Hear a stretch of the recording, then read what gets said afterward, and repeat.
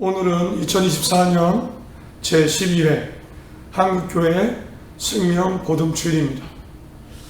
이맘때가 되면 매년 한국의 여러 교회들은 생명보듬주일을 지키고 있습니다. 저희 교회도 함께하고 있습니다.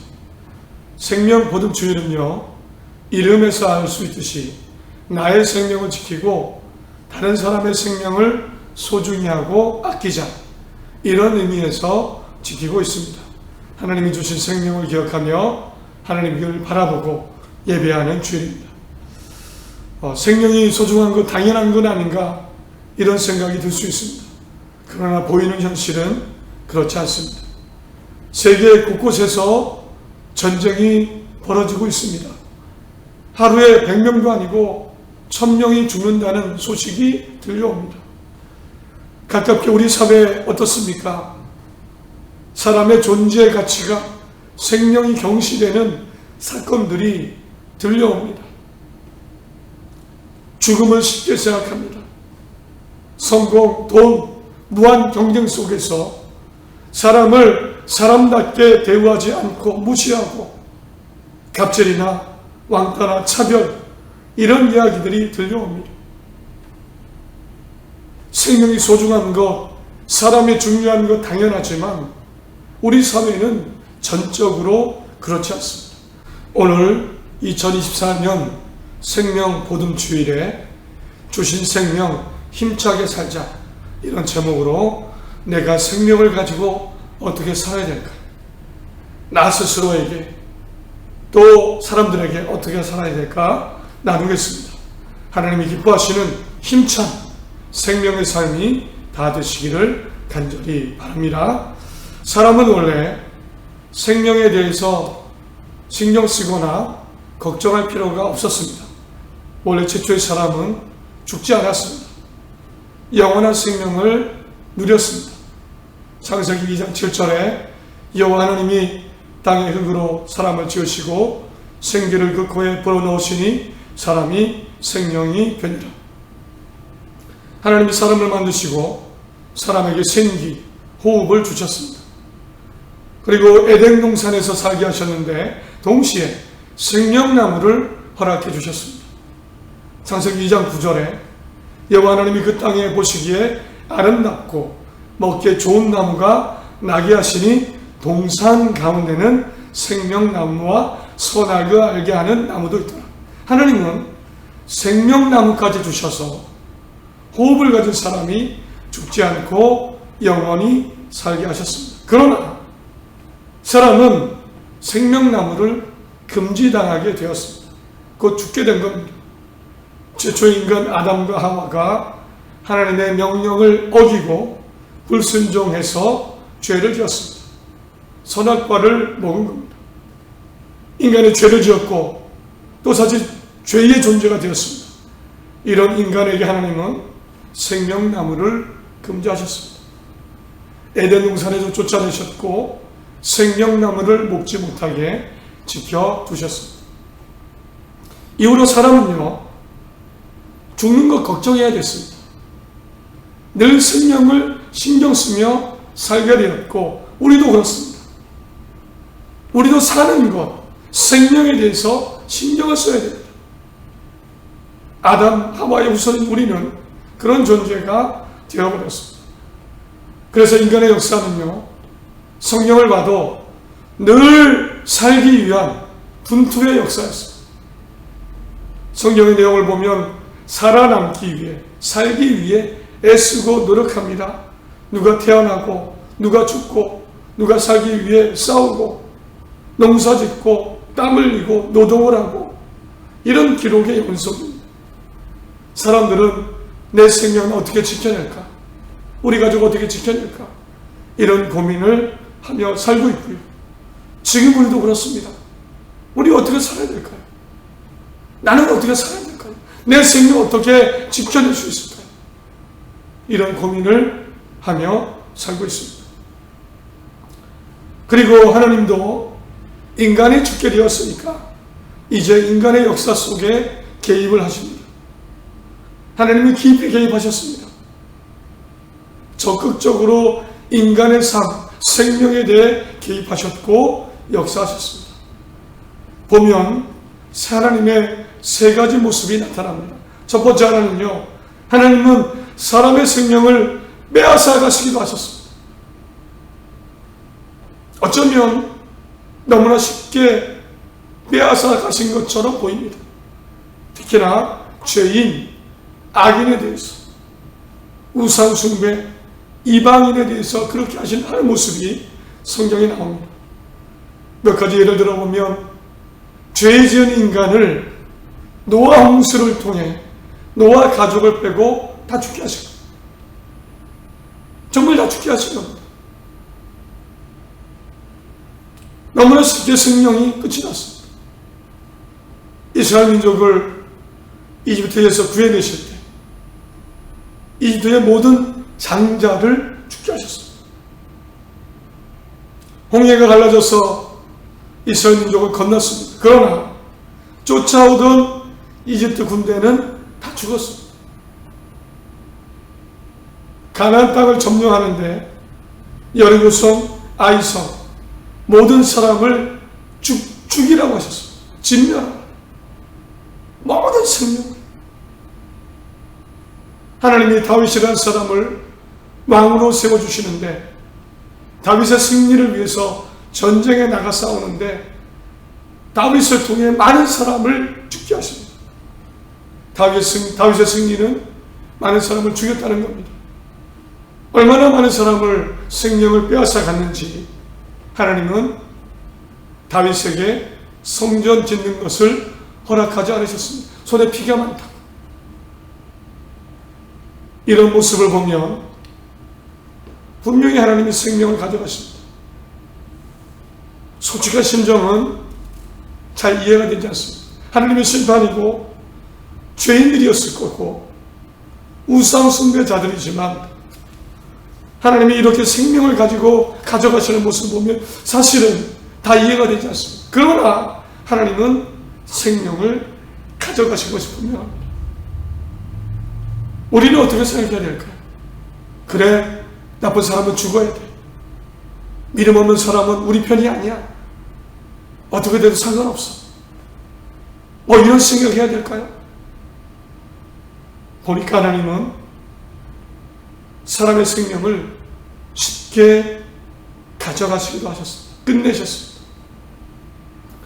또 성경을 보니까 이제 죽게 된 사람, 반대로 의인에 대해서는 그 생명을 끝까지 지켜주셨습니다. 심지어 죽겠다는 사람까지 살려주십니다. 반대지요.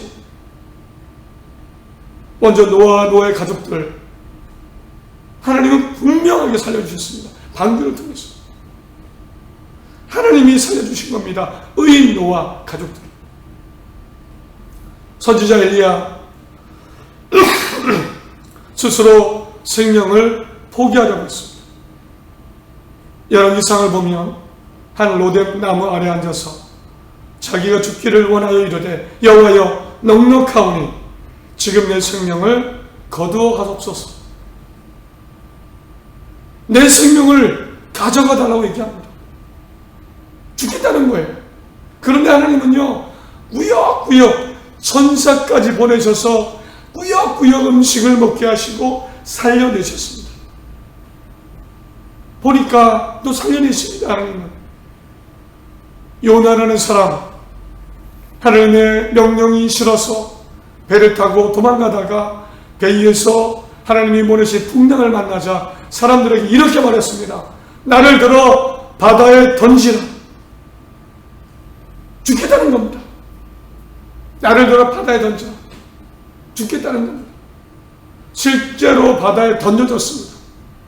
그런데 하나님은 물고기를 보내셔서 요나를 삼키게 하셔서 굳이 살려내셨습니다. 이후에도 요나는 2번이나 사는 것보다 죽는 게 낫습니다라고 이야기했지만 하나님은 살려주셨습니다. 보니까요, 하나님은 또 살리셨습니다.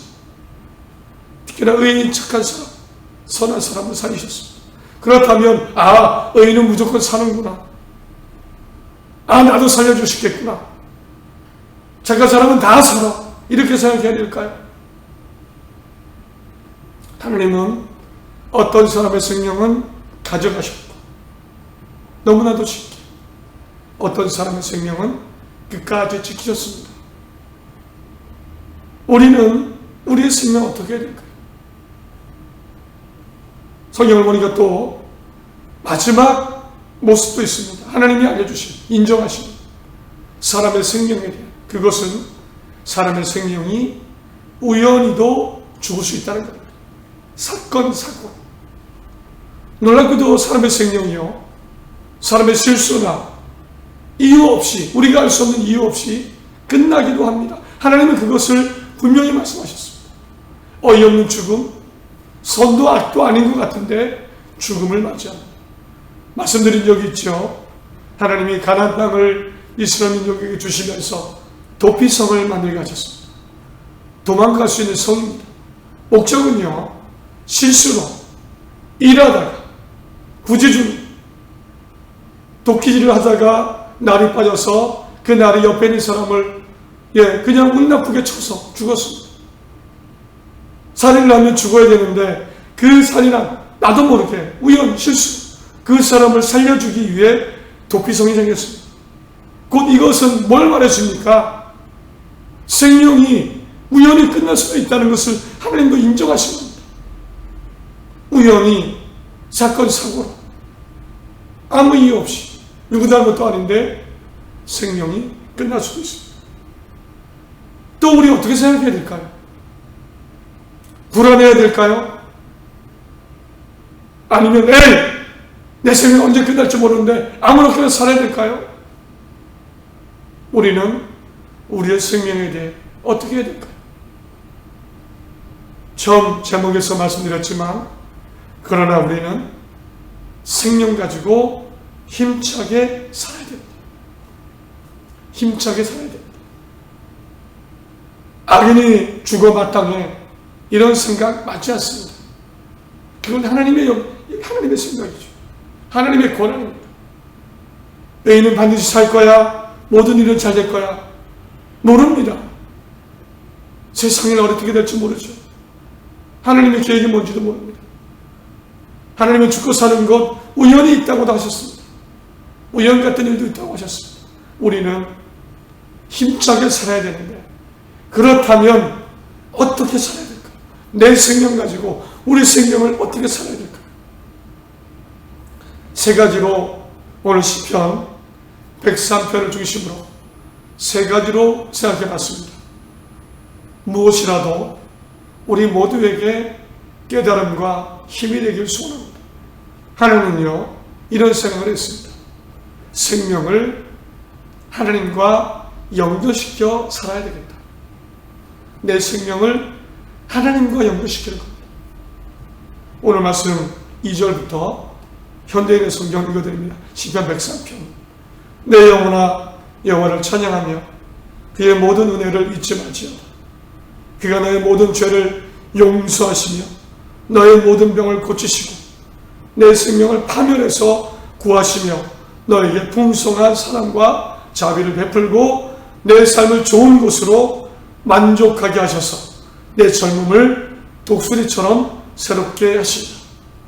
하나님은 죄도 용서하십니다. 죄인이 죽어야 되는 거 아닙니다.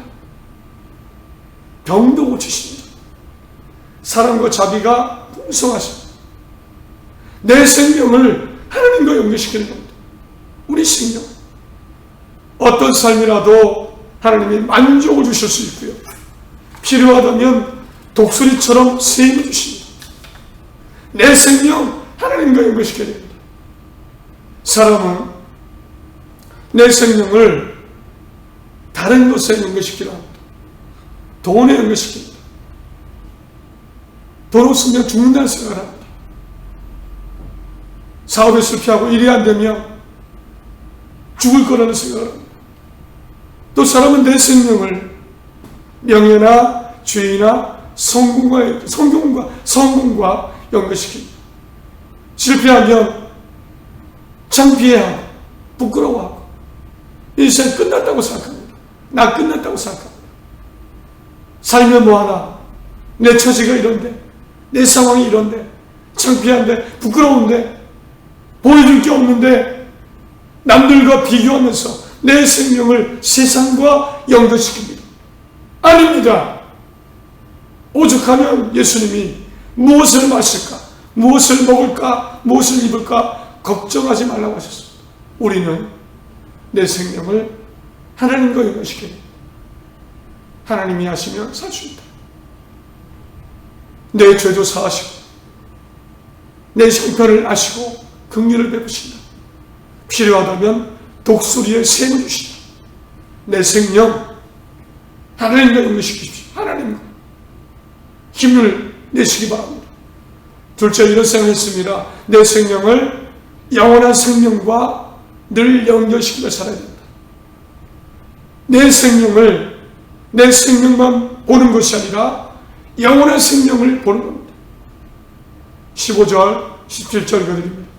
인생은 그 날이 풀과 같으며 그 영화가 들의 꽃과 같도다. 그것은 바람에 지나가면 없어지나니 그 있던 자리도 다시 알지 못하거니와 여호와의 인자하심은 자기를 경외하는 자에게 영원부터 영원까지 이르며. 물론 15절 17절이 직접적으로 영생 천국을 이야기하지는 않습니다. 그러나 분명한 것은 생명은 불이 시들듯 끝이 있다는 것을 알려줍니다. 생명 끝이 있습니다. 시듭니다. 그러나 하나님의 사랑은 영원부터 영원까지 있다고 분명히 알려줍니다. 하나님의 사랑은 영원하다. 바로 영원부터 영원까지 가장 큰 하나님의 사랑 뭡니까? 세상이 실패했어도, 세상 일이 안 돼도 영원부터 영원까지 가장 큰 하나님의 사랑 뭡니까? 바로 구원입니다. 천국입니다. 바로 앞에 말씀드렸습니다. 우리 하나님께 맡기고 자유하고 힘내자. 하나님이 살게 하실 것이다. 그런데 공감이 안 됐을 수 있습니다. 목사님, 이런 일 당해보셨습니까? 힘내서 살고 싶지만 내 형편이 너무 어렵습니다. 내가 이렇게 아픕니다. 내가 이렇게 힘듭니다. 내가 이렇게 절망적입니다. 캄캄합니다. 어떻게 하나님과 연결시키고 힘냅니까? 부정적인 생각 들었을 수 있습니다. 그러나 아무리 힘들어도 끝까지 살 수 있는 이유가 있습니다. 그것은 내 생명이 끝이 아닙니다. 내 인생이 끝이 아니고 천국이 있습니다. 가장 좋은 천국, 가장 완전한 천국. 그 천국이 있다면 이 세상 힘들어도 살아볼 수 있지 않습니까? 살아볼 수 있지 않습니까? 삶이 힘듭니다. 힘들기도 합니다. 그러나 천국에 대한 소망과 연결시키면 내 마지막은 천국이야. 살아나갈 수 있지 않을까요?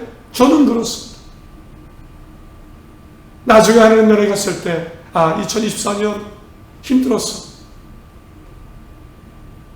그런데 지나고 보니 좋은 추억이었어. 이렇게 말할 날 오지 않을까요? 그래도 힘내서 살았지. 계시록 7장 17절에 이는 보좌 가운데서 계신 어린 양이 그들의 목자가 되사 생명수 샘으로 인도하시고 하나님께서 그들의 눈에서 모든 눈물을 씻어주실 것이다. 하나님이 천국에서 모든 눈물을 씻어주십니다. 불은 시들고 그러나 그때가 옵니다. 그때까지 힘내서 살 수 있지 않습니까? 내 생명 천국과 영생과 연결시키십시오. 그리고 당당히 사십시오. 창피함, 부끄러움, 죄된 다 맡기고 기도하고 힘내서 살아가시기 바랍니다. 그래서 마지막으로요, 세 번째, 내 생명을 이왕이면 사랑과 연결시키자, 이런 생각을 했습니다. 고린도전서 10장 13장에 사랑은 언제까지다 언제든지 떨어지지 아니하나, 사랑은 언제까지든지 떨어지지 아니하나, 예언도 패하고 방언도 그치고 지식도 패하리라. 우리의 마지막 종착지는 천국입니다. 하나님의 나라입니다. 거기에 마지막으로 하나님 앞에 남는 것 사랑밖에 없습니다. 그래서요, 가장 의미 있는 삶은 하나님 보실 때 사랑의 삶입니다. 사랑은 누구나 할 수 있지 않습니까? 말 한마디라도. 사랑은 가장 귀하고 소중하고 능력 있는 삶입니다. 그렇다면 내 생명을 사랑과 연결시킵니다. 전쟁은 멈춰야 됩니다. 우리 기도해야 됩니다. 싸움은 멈춰야 됩니다. 시기, 질투, 미움, 분노 멈춰야 됩니다. 긍휼과 자비, 용서, 사랑으로 살고 서로 기도해 줘야 됩니다. 이렇게 살아갈 때 하나님도 함께 하실 겁니다. 함께 하실 겁니다. 말씀을 맺습니다. 생명을 하나님과 연결시키십시오. 삶과 죽음을, 고난을 가지신 하나님께 맡기고 힘내서 사십시오. 살게 하실 겁니다. 생명을 영생, 천국과 연결시키십시오.